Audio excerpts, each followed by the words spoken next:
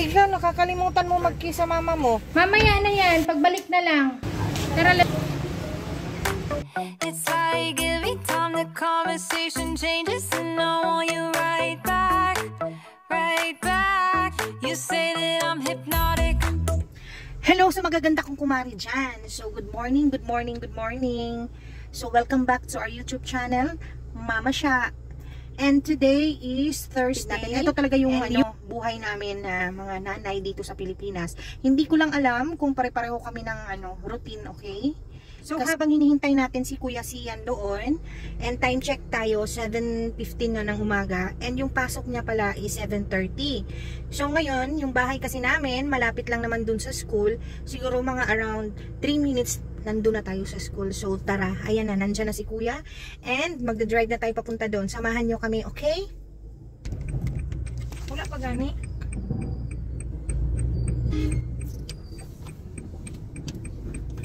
Park tayo ng maayos.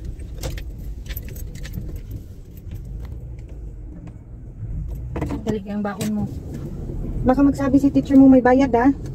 Wala siyang sinabi? Sabi ng picture lang daw. Picture, galingan mo, ha? Yung ano mo, sandali. Hindi mo na naman, ha? Okay na yan, 50? Oh, anong ginabili mo? Anong nabibili mo sa 50? Mga Ha? Ah, ano lang pala? Yung junk foods? Tapos kung may naiwan doon, magbili lang ako tubig. Bakit ka magbili ng tubig? Akala ko may mineral water kayo. Nagbigay kayo ng pera sa school. Ano, ba't may bayad ka lang mineral water nyo? Kaya gani. Hindi, nagbili lang kung water na maliit. Ikaw, nakakalimutan mo mag-kiss sa mama mo. Sandali. Ayusin mo pag-picture, ha?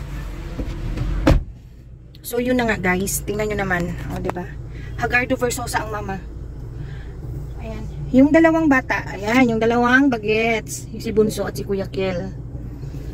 Si Kuya Kiel naman is absent siya for 1 week dahil may chicken pox siya. And yung nagpa-check up kami sa doktor, yun kasi yung problema, kasi nga kailangan niyang i-isolate. Isolation pag chicken pox daw, isolation for 2 weeks. Pero ilang days na ba? Thursday kasi siya nag-start ng chicken pox eh. Thursday, absent na siya. Nung Thursday nun last week, pinasundo na siya ng teacher niya dahil mainit na nga daw. Mataas na yung fever niya. Kinabukasan, lumabas na nga yung chicken pox niya sa mukha, dito hanggang sa katawan. So, Saturday, Sunday, Monday, Tuesday, Wednesday, Thursday. So, pang 8 days niya na today. Today is Thursday. Then, tomorrow is pang 9. Tamang-tama, next week, by Monday, start na naman siya. Back to, balik na siya sa school. Kasi mahirap naman yun. Tulad nangyari kay Bunso, last 2 weeks ago. Ang nangyari kasi kay Bunso, pinapasok ko siya ng early. After 5 days nung chicken pox niya. Ang nangyari tuloy, nagka-outbreak sa loob ng classroom nila. So, nahawaan niya yung 10 classmate niya ng chicken pox. Kaya, ayaw ko na maulit nun. Kasi nakakahiya din sa parents. Ano ba, yung kumbaga, alam naman natin na normal lang naman yung chicken pox, 'di ba? Pero syempre hassle ba? Hassle sa mga parents. Kasi sabay-sabay talaga 10. So yun, kaya iniiwasan ko talaga yun. Kaya ngayon, absent si Kel at in-excuse ko naman siya sa teacher niya. So okay lang yun. And yun, nahatid na natin si Kuya Sian. So let's go home. Uwi na tayo kasi maglilinis pa. Okay? A few moments later. So, nandito na nga tayo sa bahay. And, papatayin muna natin itong aircon ng sasakyan. And then, itong radio. So, ayan. Ayan yung dalawang bagets ko. Tulog pa. Oy, gising na. Dali na. Dito na kayo matulog sa bahay. Sige na. Bunso. Gising na, Bunso. Kuya, Kel. Kel. Tara na. Baba na kayo. Nandito na tayo sa bahay. Sige na. May pasok ka pa, Drex. Mamaya, Drex. Mag-school ka pa. 12 o'clock kasi yung pasok ni Bunso. Ayan, sa likod ko. You say good morning. Mag-good morning. Tingnan yung mga mukha. Say good morning. Wala sila sa mood kasi inaantok. So tara. Pasok na tayo sa bahay. Sige na, baba na.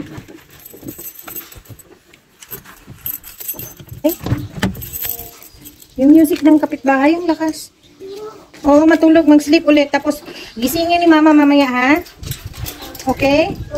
Kaya mag-shower, kaya magpasok sa school. Sige na. Ayan. So, nandito na nga tayo sa bahay. Ano ba yan, bunso? Akala ko ba mag-sleep ka? Tingnan nyo naman. Ganito talaga pag, every morning. Kahit pa maglinis ako sa gabi. Kinabukasan yan, umaga, ang kalat-kalat na naman ng bahay. Ayan, dyan kami natutulog, oh. Yes, may kwarto naman kami, guys.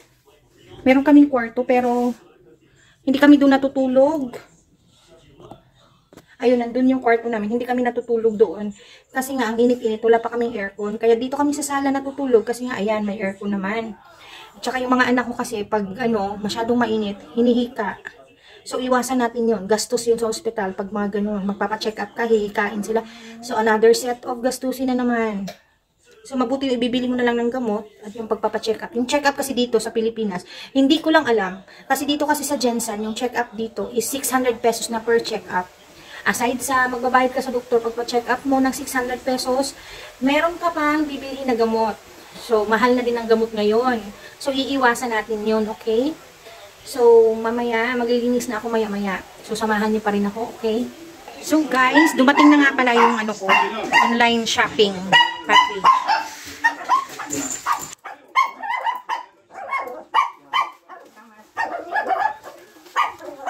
So, eto na nga. Ito yung, hindi ko alam kung ano to. Ito yung product. Ito yung binigay sa akin ng seller na sample.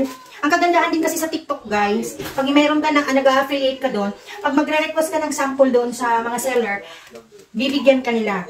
Pero, pag na-receive mo na yung parcel, na-receive mo na yung product na galing sa seller, kailangan mo siyang gawa ng video. And syempre, honest review lang tayo, guys. Kung maganda naman yung product, bakit hindi, di ba? Kung hindi naman maganda yung product, so, syempre, sasabihin natin yung totoo. Kasi yung mga followers mo din doon, at saka lumalabas sa FYP nila, and pag nagustuhan nila yung nakikita nila doon sa video, o-order sila. Ang pangit naman kung hindi mo sasabihin yung honest review mo, kasi mababash ka. So, eto siya, para sa paa ko. Kasi ngayon pa ako nagka-crack-crack na. So, eto. Para magkukulay pink at lalambot. Para mawala yung kubal ba. And then, ito namang isa, may 50% discount from seller. Kasi humingi ako ng 50% discount. Kasi nga, gagawan ko ng review, honest review yung product nila, and magbibenta din naman ako. And sa tingin ko naman, guys, ang dami ng honest review nito, and napaka-effective naman ito. Ito naman ay pang-puts pa. May kasama na siyang lupa. Ayan, lupa ba? Ano ba yan? Pang-kiss-kiss sa Ayan siya. Callus remover. Yan lang yung kagandahan sa TikTok, guys. And hindi na talaga ako sa mga Shopee, Lazada, hindi na ako nag-affiliate doon. Kasi mahirap kasi. Kailangan may platform ka talaga. Tulad ng TikTok, may platform ka na doon. Kasi nga, mayroon akong 4,000 followers din doon. And then, mas madali na lang talaga sa mga followers ko. Dadaan sa FYP, yung mga hindi nagpa-follow sa akin, na makita yung video ko. So, hindi mahirap. Sa experience ko, hindi naman siya mahirap. Yun nga lang, minsan may araw na matumal, may araw naman na bonggang-bongga yung order. And pag na-receive na ng, halimbawa, pag umorder ka, pag na-receive mo na yung product, saka pa magsisettle yung commission mo pag na-receive at nabayaran ng customer yung product. Yun ang kagandahan. Kasi makikita mo naman yun dun sa dashboard mo eh. Kung na-receive na ba nung nag-order yung product na in-order dun sa yellow basket mo. So, yun lang muna for now. And may pasok pa si Bunso. So, i-ready ko na si Bunso. Pakakainin ko na siya, palilibuan. Kasi papasok na tayo sa school. So, later, naman. A few inches later. Oo, dyan lang. So, papasok na si Bunso. Bunso, let's go na. Patay na yan ang electric fan. Mamaya na yan. Pagbalik na lang. Tara, let's go. Ang naku, Bunso, mag-shoes ka pa. Choco, pasok. Aray ko. Pasok, pasok.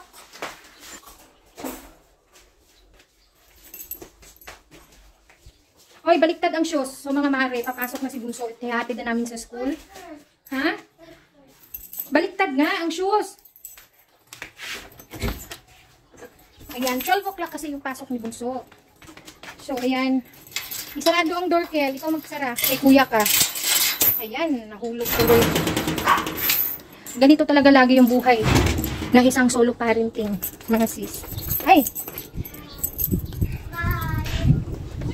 Pasok na Bunso.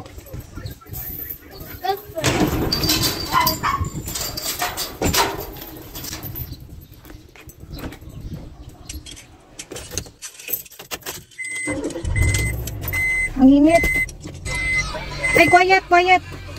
Pahinaan ba? So, ganito nga. 12 o'clock kasi ang pasok ni Bunso. And si Kuya Sia naman, in 7:30 ang pasok sa school. Pahinaan ba? Ayan, high blood na naman ako. Tapos ayan si Bunso. Mag-say hi, Bunso.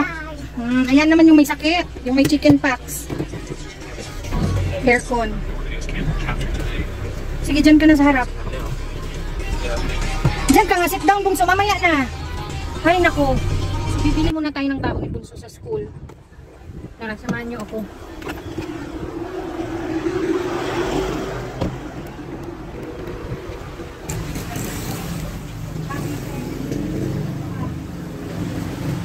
Tapos, ito ang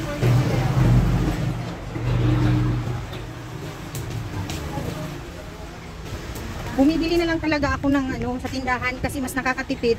Kasi kung may stock kami sa bahay, nauubos lang ng mga bata. Bunso, ilagay mo sa bag mo. Ayan yung baon. Kuya Kel. Mag-share kay... Huwag ka maingay sa games. Ha? YouTube pala yan? O di makapiright si mama? So let's go na. Drex, kunin mo yung payong sa likod. Drex, ang init-init. So, nandito na tayo sa school. Tara na, Drex. Isarado mo si Kela. Drex, dali na. Baba na.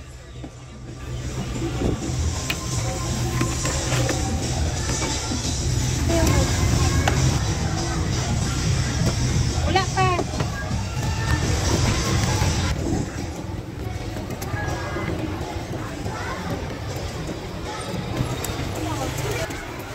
Dali dito. Dito ka sa kabila, be. Ay, mainit dyan. Dali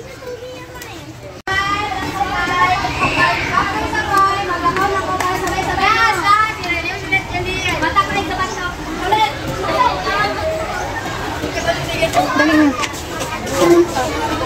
Kiss mama. Kiss. Love you.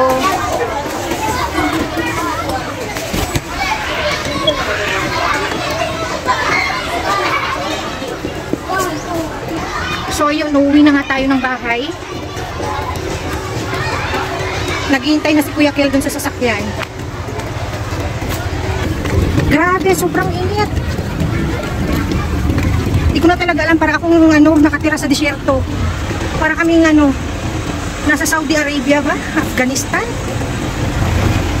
Na sobrang init. Ito nga pala yung gym nila, guys. Sa public lang pala nag-aaral yung mga anak ko.